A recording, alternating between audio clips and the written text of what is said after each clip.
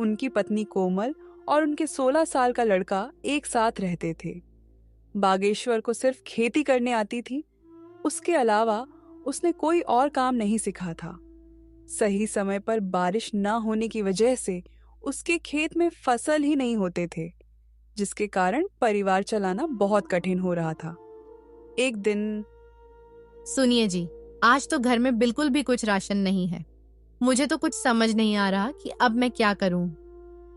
अरे कोमल, तुम चिंता मत करो, मैं कुछ करता हूँ। बस इतना कह के बागेश्वर घर से चला जाता है। रास्ते में, हे राम, ये कैसा समय आ गया है प्रभु। मेरे घर में राशन का एक दाना तक नहीं है। चलो, मैं और मेरी कोमल तो भूखे पेट रह लेंगे, लेकिन मेरे बेटे का क्या। मैंने तो केवल खेत में मेहनत करना सीखा है, लेकिन उसमें भी बारिश सही समय पे ना होने की वजह से खेत में फसल नहीं हुई। अब मेरे पास जमींदार से उधारी पैसे लेने के अलावा कोई दूसरा रास्ता नहीं है। बागेश्वर अपने गांव के जमींदार के पास जाता है। जमींदार हीरालाल बहुत शातिर और चालाक किस्म का इंसान है, जो हमेशा हर किसी को बेईमानी से लूटने के बारे में सोचता रहता है। अरे आवा आवा बाघेश्वर भैया, और बताओ कैसे आना हुआ है। क्या बताऊं जमींदार जी, बहुत खराब समय से गुजर रहा हूं। देखिए ना, अब बारिश समय से ना होने पर खेत की सारी फसलें बर्बाद हो चुकी हैं। घर में अनाज का एक दाना भी नहीं है, इसलिए आपसे कुछ पैसे उधार लेने आया हूं। अरे हाँ हाँ भैया, बोलो कितने रुपए चाहिए आपको। ऐसे समय में हम नहीं मदद करेंगे तो और कौन करेगा। बोलो बोलो, कितने दे दूं। आपका बहुत बहुत धन्यवाद जमींदार जी, लेकिन मैं ज्यादा पैसा उधार नहीं लेना चाहता, इसलिए आप ऐसा करें कि 1,500 रुपये दे दीजिए। अरे भैया, ये कैसन बात कर रहे हो। भला 10 से 12,000 रुपए तो लो। क्या पता आगे चल के कब बरसात होगी और कब समय बदले। जमींदार मन में सोचने लगता है, अरे ससुरा, तुम लोग इतना कम कम पैसा लोगे तो मैं कैसे कमाऊंगा। ज्यादा लोगे तभी है ना, हमें ज्यादा ब्याज मिलेगा। यहाँ बागेश्वर भी सोचने लगा, आखिर अब मैं क्या करूं।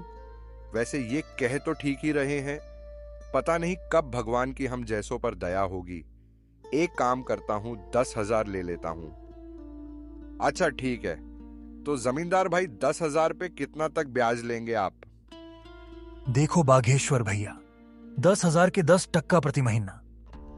लेकिन आप तो अपने ही आदमी हैं, आपस में क्या धंधा करें। चलो आप 8% दे देना। हे भगवान, 8% प्रति महीना तो हमारे लिए बहुत ही ज्यादा ब्याज है। ले तो लेंगे, लेकिन चुकाएंगे कैसे। अगर नहीं लूंगा तो मेरा बेटा नकुल भूखा ही रहेगा। चलो ले ही लेता हूं। अगर भगवान की यही मर्जी है तो यही सही। अरे बाघेश्वर भैया, क्या हुआ, क्या सोच रहे हैं। ब्याज के बारे में तो नहीं सोच रहे हैं। हाँ जमींदार भाई, इतना ब्याज कैसे।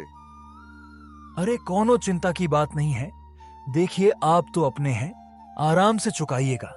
कहिए क्या कहते हैं। अच्छा ठीक है, दे दीजिए। बागेश्वर उस जमींदार से 10,000 रुपए उधार लेके चला जाता है। चलो अब जल्दी जल्दी बाजार से राशन और नकुल के लिए कुछ खाने को ले लेता हूं। आज मेरा बेटा तो खुश हो जाएगा।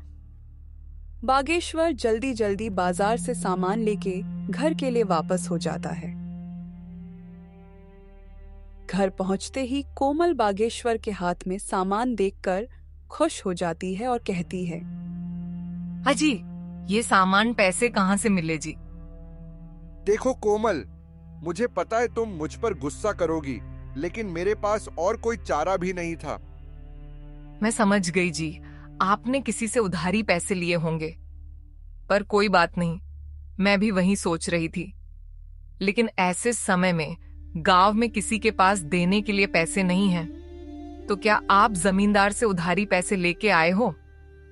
हाँ कोमल, लेकिन तुम चिंता मत करना, भगवान के घर देर है अंधेर नहीं। अभी इस वक्त मेरे बेटे से बढ़ के और कुछ नहीं है। हाँ, आप कह तो सही रहे हो, लेकिन वह